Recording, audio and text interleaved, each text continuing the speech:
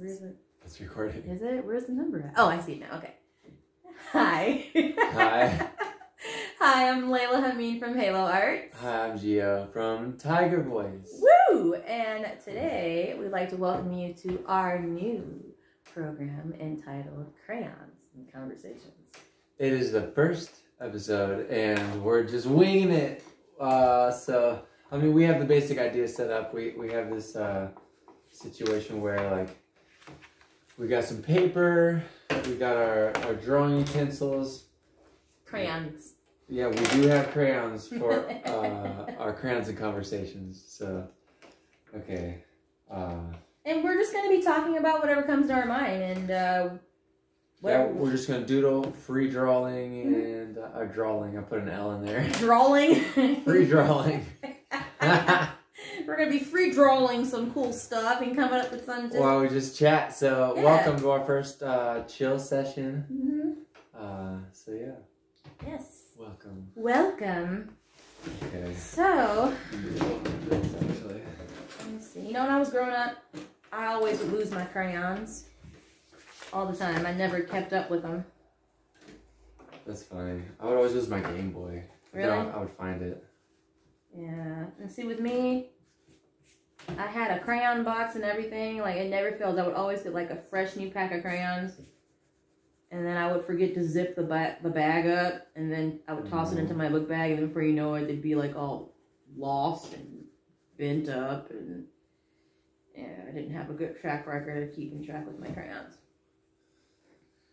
I'm over here overthinking it already. Yeah, like, the thing is just start drawing, you know? And oftentimes...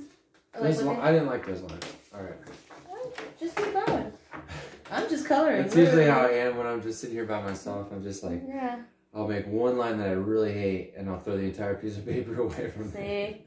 And with me being a natural improviser, I improvise throughout my whole life, it seems like. On accident, not on purpose.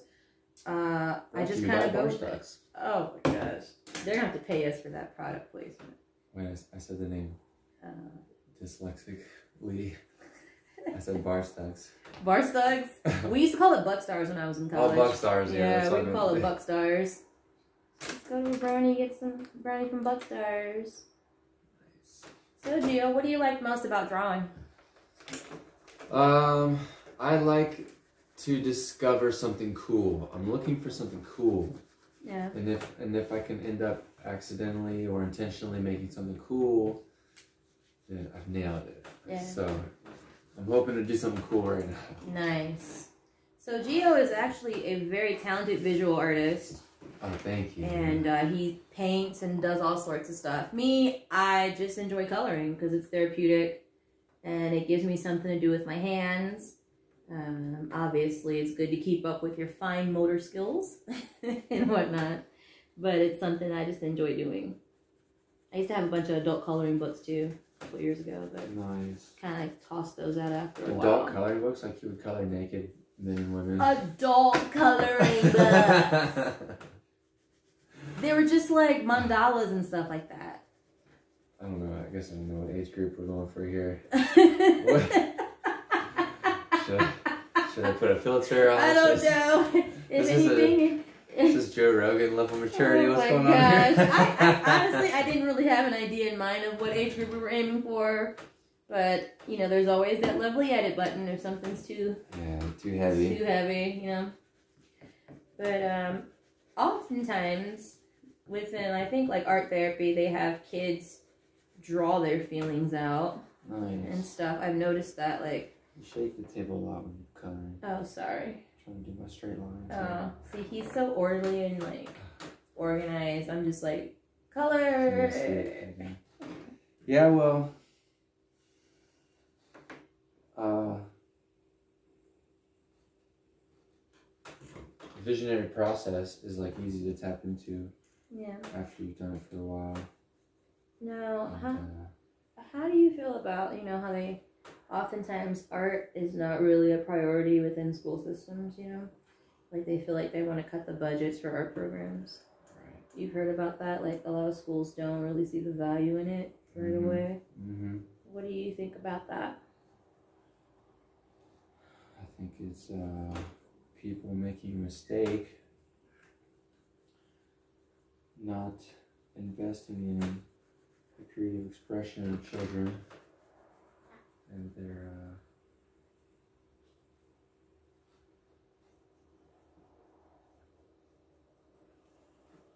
yeah, I think it's a mistake to not invest in it. I agree. For humanity, for the sake of humanity. Yeah. We essentially use our imagination for problem solving. Mm-hmm. So, like, the more creative we could enhance our, next generation with, the power of the imagination with this, a sense of responsibility.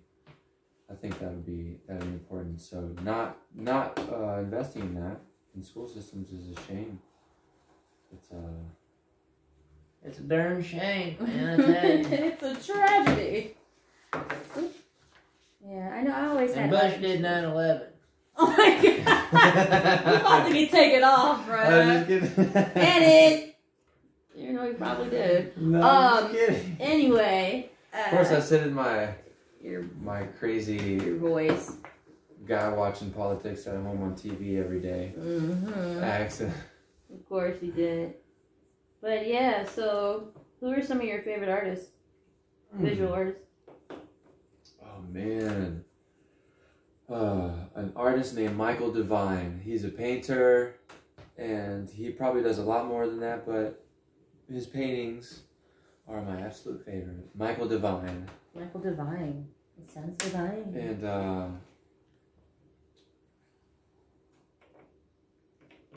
Hannah Yatta is an absolutely crazy, insanely, profoundly skilled painter. Like, I can't get over her artwork. Let's see here. James Jean, one of my favorites. I really like Alex and Allison Gray. They are a psychedelic and visionary art couple. Nice. Who created this place called Cosm, which stands for Chapel of Sacred Mirrors. And with their visionary art, they designed a sequential series of pieces, which basically shows, like, the first piece is like blank space. The second piece is like, or I forget how it goes, but for humans is like, the first piece is like a purely only the skeleton of the human body. And then you walk further down the hallway, there's like a skeleton that has, the veins of a nervous system laden over it. And then like, you walk a little bit further down, there's a painting of the human skeleton, nervous system, and muscular structure. And then you keep going through these series of paintings where, like, all of a sudden there's skin on this person, and then after there's a painting with a full, complete, fleshed out, conscious human, living, breathing human being. There's the light, the energy body is painted on the next painting over top the human body. So it's like the naked man and woman, but the energy field is painted over top of that. Nice. And then, like, almost like I don't know, you have to check it out, it's really cool. Yeah, that's cool. We'll have to put the names of these artists in the final edit so people can check them out. Yeah. What about you? Do you like artists? I do. One of my favorite artists is Jean-Michel Basquiat. Nice. Straight out of New York City. He, what I like about Jean-Michel Basquiat's art is that he incorporated almost kind of like primitive images of people. They almost look like caveman stick figures. Nice. Some people compared his art to like that of a child. Some people look at it and be like, what's so special about that? It just looks like a bunch of child script, But there was so much meaning behind the imagery that he included in his artwork. He used a lot of Spanish too, because he was half Haitian, half Puerto Rican. And nice. he, his father was Haitian, and his mother was from Puerto Rico, and so he knew Puerto. Spanish fluently, I assume, or just enough to incorporate it into his artwork. So I really enjoy his work. He died really young, though, unfortunately. He had a heroin addiction. But he was like one of those stories of like the kid that kind of came from quote unquote nothing, because he was a runaway and was homeless for a little bit, and you know, but then he happened to have this chance encounter with Andy Warhol. He drew, he would draw on postcards and paint on postcards, and he approached Andy Warhol one day, and he's like, "Hey, I want to sell you this postcard." Andy Warhol's like, "What is this?" You know, and he was interested in it, and that's how pretty much he got his big break. And he was opening up, you know, in galleries and stuff, and they were paying him tons of money. But then they had so many expectations on him that he kind of got tired of being like told what to do, you know, and it just kind of gave him a downfall because he was just rebelling so much against this artistic bourgeois, this is what we expect from you each time type of mentality. Yeah. He was a party boy, though. He dated Madonna. Ooh. He dated Madonna. He was, like, everywhere. I don't know why I oohed at that. I know. Everybody dated Madonna. I like Madonna. But, yeah, he was all over the place. Prima Donna. Prima Donna. Segunda Madonna. So a Spanish joke, I guess.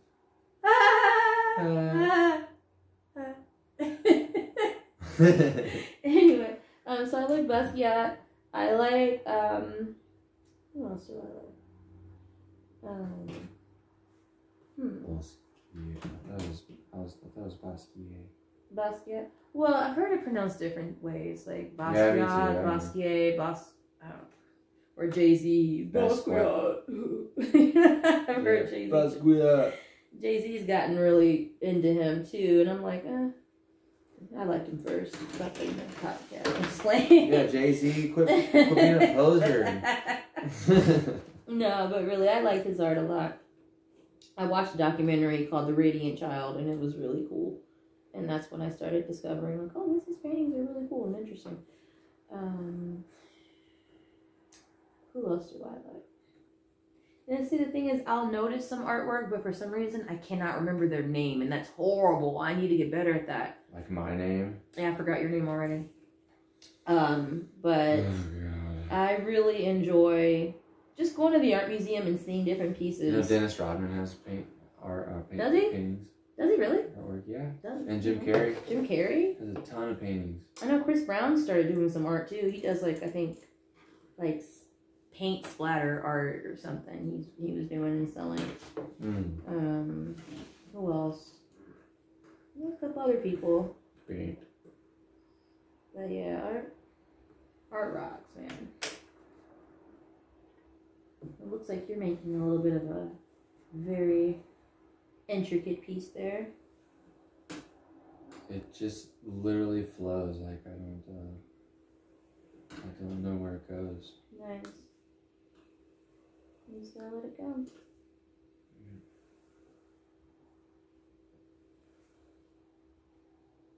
But yeah, I think about art a lot. Like from when I was a kid, I didn't really. I don't know. I think I enjoy art more now than when I was a kid because I don't think I was really introduced to it as something that was cool and expressive, like in elementary school. Because my art teacher, one of my first art teachers was like really strict. And I was like, that doesn't make sense. How are you a strict art teacher? Why are you mean? Yeah, what the heck? It wasn't fun. I remember, gosh, I was in, first grade? And we had to do collages. And we had to go through the magazine. And she just brought in, like, random magazines, like People magazine. And I'm like, we're second graders. What are we going to find out of People magazine? Okay, whatever. So, and at the age I was, I'm a goofy little second grader. It was like a picture of a woman's bare breast, right? Nice. But it was in regards, I think, to breast cancer. But I didn't know. I just saw boobs. And as a kid, I was like, oh, yeah. I was like, why are there boobs in here? And I told my friend, I was like, there's boobs in that. there's boobs on the, you know, and the teacher heard me and she got so pissed at me and she was like, that's not funny. That's something. And she just railed into me and I was like, damn. I didn't know. And the thing is, my grandmother had breast cancer at the time. So like, if somebody would have explained it to me, like logically to a child, I probably would have been like, oh, okay. But I mean, why was she bringing that anyway to school? That wasn't even fair. That's why I didn't like art. Yeah, jeez. She ruined that experience for me. Yeah. But now I look back, I'm like, okay, Miss Kuzak. I remember your name. Yeah, my art teacher was completely encouraging and beautiful and fun. Samavisky. The Samavisky. And one night, like years later, I ran into her at an ice cream shop and she was like, Jeffrey. Aww. I was like, oh, Miss Samavisky. You probably dropped your little cone like, I know. oh. I would look forward so much to that class. I know let me see, when I lived in Maryland, did we have art? I don't think we had art and we would do art inside the classroom, so it wasn't like special, like we didn't leave the room and go to do, you know, it was inside the classroom. So we would have to do activities with like crayons and create like that stained glass effect with either like crayons or markers, that kind of thing. But it just wasn't exciting to me. I just was like, okay, I'm just going to do this just to get it over with. But as an adult, I crave it. I love it. Art? Yeah. I like watching other people do art. So it's something I always enjoy. More recently, in the last couple of years. I had friends that were in the art program at NKU, and I was in broadcasting. So I was, I would be in their building for a little bit, hanging out with them, and I'd be like, I should be an art major. But I'm like, but I don't know how to do anything artistic. Like, I would just be questioning but at the time, my friends were drawing, like, their hands and doing all this great stuff, and I'm like, I think my heart is in this building, Nice. But I was, in the radio and television department, so I just... You were feeling inspired. Yeah. In the art building. That's where I would meet my friends at. They would carry around these big toolboxes of, like, tools, like different paints and brushes and things. And I'd be like, oh, wow, I want to do that. But I'm like, I can't do it. That was me telling myself no. So. Right. I understand that, man. Yeah, but come to think of it, I would be in that building because they had the visual arts and then they had, like, theater. And I really wanted to be a theater major, but people kept telling me, you need a career to fall back on. And that's why I chose radio and television instead of theater. So I didn't even go out for theater at all. And people ask me to this day, like, did you have so-and-so at NKU? Did you have this professor? And I'm like, I wasn't even a theater major. I just started acting. And yeah, that's how it all happened. I decided I was going to do it. And that's what I did.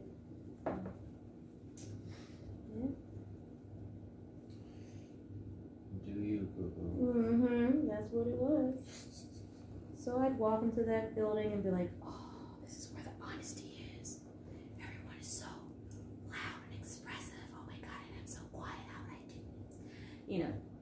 Everybody was loud in those buildings. There's a lot of freedom. Nice. Freedom is nice. And then I think, what do you think? In high school, I took an art class. I took ceramics. Whoa. And that was fun. I liked ceramics a lot, actually. That was a good class. That was probably the only art class I took. That was like a visual art class. I'm over here in my head real close to the paper. I always get super serious. Just like, oh man, details. Details. Oh, I'm just more so putting pretty colors in boxes because that's what I feel my hands just kind of going with that flow. Oh yeah. Pretty details. Yeah, buddy. Did you ever watch Ed, Ed and Eddie? I did not. I've never seen it. I've heard of it. But I've never actually watched it. Yeah, we didn't have South Park either. I used to hear people talk about South Park in junior high. I don't like South Park. And when I finally watched it, I was like, oh, that's what everybody's hyped off of? Oh, okay. Cool. All right. But we didn't have those channels when I first moved to the city. So, everybody talk about South Park all the time. But, Yeah.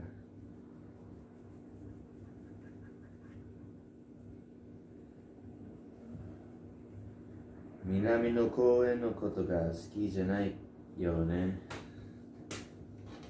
so, what's your favorite type of art, Gio? Oh yeah. Probably. What favorite type of art Yeah. Do you know what I mean? Like, in the world? what's your favorite art form? Let's see here. Do you like sculptures? Hmm. Or like paintings? I like architecture a lot. Architecture? Yeah, really a lot.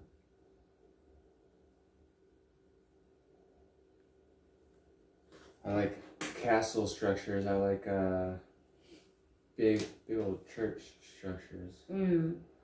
I want a giant stone castle church as my home one day. Nice. Nice. With indoor plumbing or outdoor plumbing? Both, Nice. because there's gonna be some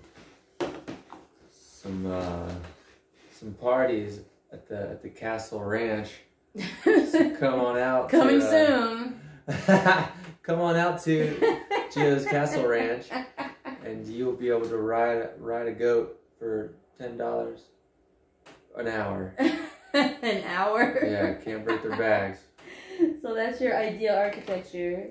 I like Spanish architecture, and I like the Spanish and like Arabic architecture, like the arches. Yeah. I think those are really beautiful. I like old Asian, like Chinese and Japanese castles. Mm. Man, that stuff is so dope. When I went to Mexico City in college, we went to this really, really old museum. I have to think of the name of it, but I can't remember the name of it. But it was made out of marble, and the ground is so heavy that the land is sinking. Oh, So nice. when you walk, it kind of tilts. Like when you walk in front of the museum, you can feel your body kind of like, you know, when something's slanted. The heavy marble from the whole like plaza in front of the museum, Museo de Bellas Artes, that's what it is, and it's all marble, and it's so heavy that everything's like just tilted and leaning down. So when you walk, you could feel yourself kind of like, oh wait. Well, I'll tell you what, brother. It is neat. I have to get me a color started here. Mm-hmm. I just went straight into coloring. Yeah, buddy. Carnacion Rosa. Ooh, Carnacion Rosa. This is a random question. Do you think aliens do art? Yeah, man. Really? I think beings all over the infinite cosmos just do art, and however they do it. Yeah. Yeah. What about like those cornfields? You know how like those cornfield sightings, when they think that they're aliens leaving those big circles like in the middle of the cornfields? Mm-hmm. You know what I'm talking about? Yeah. Like maybe that's their artwork. You know? I think that there's no such thing as aliens. I think that they are neighbors. Neighbors. Just cosmic neighbors, galactic neighbors, whatever you want to call them. You know? Yeah. I see what you mean. Like even the term alien just sounds so distant.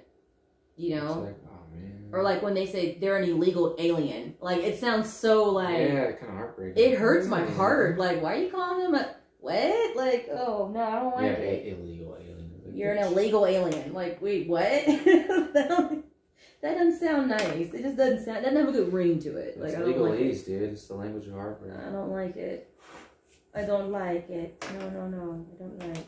How many minutes we been at? 24. 24 We minutes. should do 30-minute segments. Okay, so we got probably, Six more minutes or Yeah. so. And this is just like a free drawing activity, and we plan to have some guests join us. Like, we want to have people join us. If you want to, like, Zoom in with us, or we'll figure out another medium of how. Or just come over and replace one of us in the conversations. Crayons and conversations. Essentially, it was a Halo Arts idea, but so it'll probably. I think I'm the guest right now. I mean, you're like a co-host. Or co-host. I mean, whatever. Yeah. Well, if we do have other people on, then they would be replacing my seat. So. Yeah, we're just having conversations with crayons. It's just as simple as that, you know. And just being able to talk. I really haven't done anything else, so this is all I came up with. You guys want to see mine? Random doodle. See? Fancy. Totally random, though. You guys ready for my masterpiece? Ooh, give it up for Leila Basima Hamim. Booyah. You know what? It just blows off in the air with all that. I know. The wind takes it away. You're amazing and you're beautiful. So yeah, we are looking for guests. So if you want to come on by, or if you're still doing the distant thing, I mean, it's cool, whatever. We just Zoom in with each other. But I would like to have crayons and conversations with other people. You know, just have fun. And bring your coffee. And bring your coffee or your tea. And your smokes. Smoked chickens. Smoked sausage. Smoked sausages. Alright, well, that's all we got for you all today. And, yeah, keep your crayons nice and ready. Let's do some art. See you guys. Bye. Nice.